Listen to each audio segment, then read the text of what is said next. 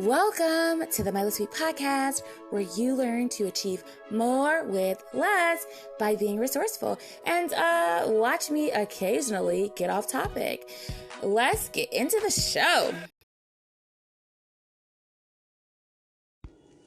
Let's talk about how to set a summer schedule when you have your kiddies at home. So I was inspired by this from my good friend, and so I just wanted to, if you're listening out there, you know who you are. I just wanted to talk about this for a second. So I'm going to keep it very quick and short for this episode because I don't think it's a lot of steps, but there's a lot of reps. So some things seem simple. You ever say, hear when they say, like, just eat your vegetables, drink your water, don't eat sugar. Like, the steps are pretty simple.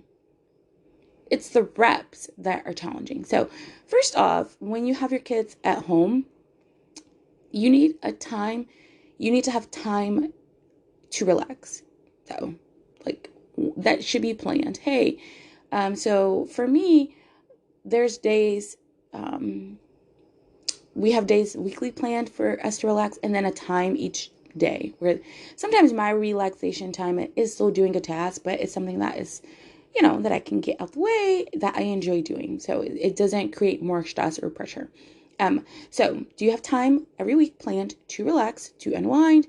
And if you can, do you have that planned every day? It can be, for 20 minutes. Sometimes you go, and you realize you don't have anything. And when you relax, try not to have a screen attached. You really are just relaxing. Maybe you're listening to something, maybe you're going for a walk, but it's okay to just do nothing. Maybe you have a favorite beverage, but I don't count watching TV relaxing. So that's number one. Number two, do you have time planned together? Can you hang out together? Whether that's every Thursday, meal times, in the morning, whatever. Plan the time together. Why? Because you have them at home all the time. So plan some time together. I think to not see them a whole summer is crazy. Every family has different things they're battling, so I can't understand that. I'm not saying that there's not seasons for you being super busy and like really just getting by, but if you can plan time together, plan it, because then you're free to do what you need to do in that other time. And the third thing is, if you're working, and they're not, like, let's say you're working from home, or you have to take them, they're at home by themselves, like, they're old enough to do that. You need to plan out the beginning of their day. Plan out a simple routine for them, and then give them some ideas on what they can do with their free time. Kids will notoriously say that they're bored. And to be honest, a little bit of boredom is really good. It's helpful for the brain. It's helpful for development. It's helpful for imagination. So it's totally fine. The challenge is when they're bored and they start doing things that, like, okay, why is the whole window missing? Why is there a hole in the wall? Those kind of things. So giving them a little bit of direction to say, hey, if you get bored, you could work on that craft project you wanted to. You can create this idea. You can do some painting, some art, whatever. And try to redirect them without TV. I do believe TV can be helpful, but I'm not a proponent of, like, just allowing your kids, they're going to have their whole lives to watch TV. Isn't that what your 90s are for? So, do it how you please, like what works for you. So you plan out your day, like in your week, what things you actually need to get done, like that are mandatory. Like, if this week passed and I don't do these things, it's a problem. And then what things you need them to do every day, and every week. And then the last thing that I do is I figure out what's most important for me with my kids, and what's most important after reflecting from the last year and going into the new year. So for example, if you realize your kids were always late getting up, the task I'm going to really focus on is getting them up maybe 30 minutes before they need to get up, and focus on them getting rest by getting to bed early. Maybe you're going to focus on changing their class. Like, I don't know if they can change their class time. Some schools allow you to start at a different time. So you're going to focus on getting them in a later starting time. Or you're going to focus, maybe they notoriously, ate things that you would prefer them not to eat for lunch. So you're going to focus on teaching them healthy eating, how to prep meals, how to do things in advance. Those are things that maybe kind of annoying to spend the summer doing, but they're going to make your life easier and their life easier this following year. Maybe they are behind in some schoolwork, so they're going to focus on like not just making up the schoolwork, but what habit do they need to develop. They have 2 months to do that, and kind of 3 months, because the first, I don't know, a couple weeks of school, you're just kind of like reviewing, usually, depending on what level your kids are, and just getting acclimated. So I would focus on those things, and usually I think of what value I need to develop. Like, is there something that I'm valuing, but in this new stage, I haven't implemented that value where you can see a track record in our lives. Maybe there's something I need to change. So if we review, it is time to relax, because that's the first thing you feel like you're missing. Like, if, oh my gosh, the kids time, what am I going to do? And it's like, just schedule the time. Schedule the time to work.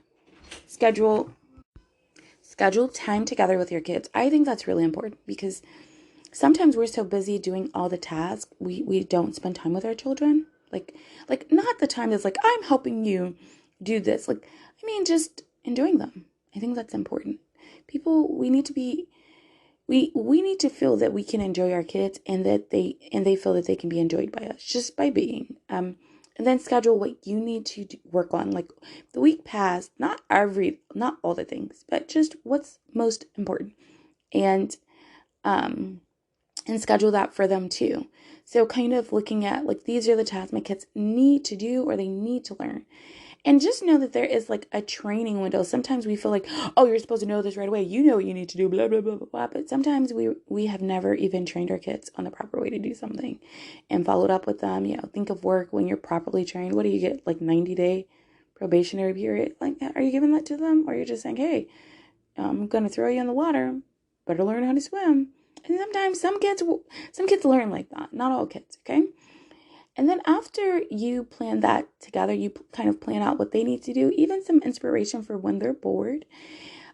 You want to, what's the fourth thing that I said? Just kind of think of anything that they need to learn from the last year. And this year, use this as training ground to get ahead, so that you're not behind each year. You're going to have things that pull you behind, but if you can get ahead as much as you can, it's going to feel different when you get, when you get hit with a blow. You're going to feel like you're much more prepared. And then the fifth thing is, think of any values that you need to change or instill in yourself, and that you can teach your kids. Hopefully this was helpful. If you're doing all these things, just review, reflect. It's always helpful. I sometimes miss things, or I realize, hey, you know what? I'm focusing on this over there, and like that would be ideal, but really I can only handle the tier below that. And so let me just focus on doing that well and being consistent. And remember, it's reps. These are simple steps. It's the reps.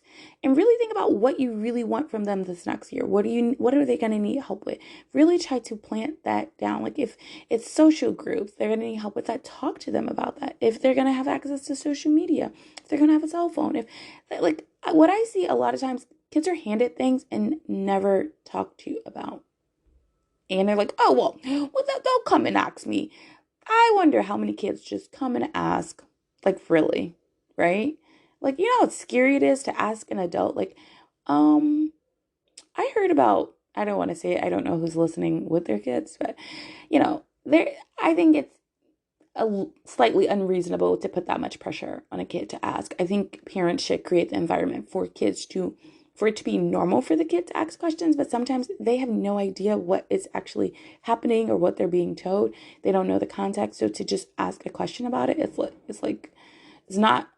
not always going to happen that way. So I think, delve into or dive into just being able to have these uncomfortable conversations with our kids and prep them for what's coming next, or what you think. Maybe you're wrong, but to be able to talk about it where it's just natural and normal. Like, the next question that they think of, you're open to talk to them about it. Hopefully this is helpful, and yeah, that's all.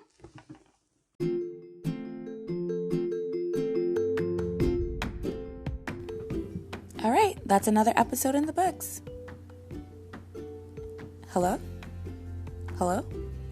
I said it's over. Why are you still listening? Like, seriously, the episode is over.